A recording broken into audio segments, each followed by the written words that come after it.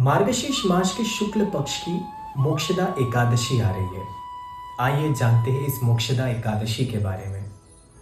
मोक्षदा एकादशी के दिन ही भगवान श्री कृष्ण ने अर्जुन को ज्ञान दिया और जो व्यक्ति मोक्षदा एकादशी करता है वे अपना तो उद्धार करता ही है और साथ ही साथ अपने पितरों को भी मोक्ष प्रदान करता है।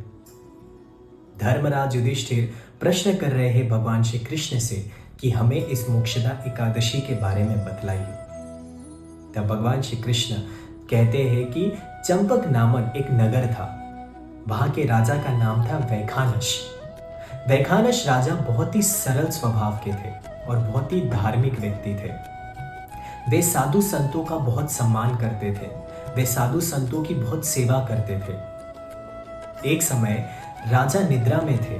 उन्होंने स्वप्न में देखा कि उनके पिता नरक भोग रहे हैं। ये स्वप्न देख करके राजा बहुत ही परेशान हुए।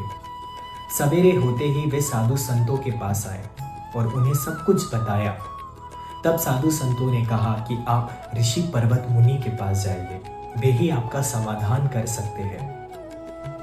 राजा ऋषि पर्वत मुनि के पास पहुंचे। ऋषि पर्वत मुनि कोई साधारण साधु नहीं थे, वे बहुत ही सिद्ध योगी थे।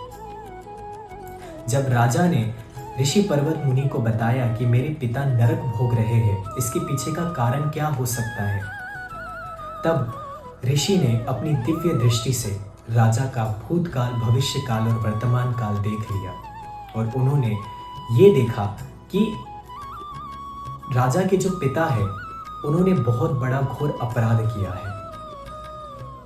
उन्होंने अपनी पत्नी के साथ जबरदस्ती झगड़ा कर संभोग करने का कोशिश किया, जिसके कारण वे नरक भोग रहे हैं।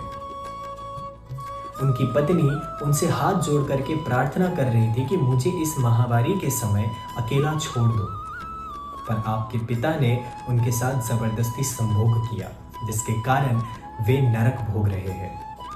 तब राजा ने कहा कि कोई तो ऐसा समाधान होगा जिसकी वजह से मैं अपने पिता को मोक्ष प्राप्ति दे सकूं।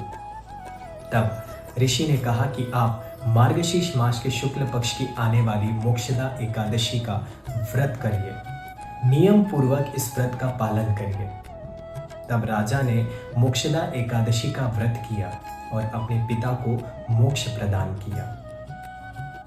तो आप सभी भी मोक्षदा एकादशी का व्रत करें और अपना तो उद्धार करे ही और साथ ही साथ अपने पितरों का भी उद्धार करें।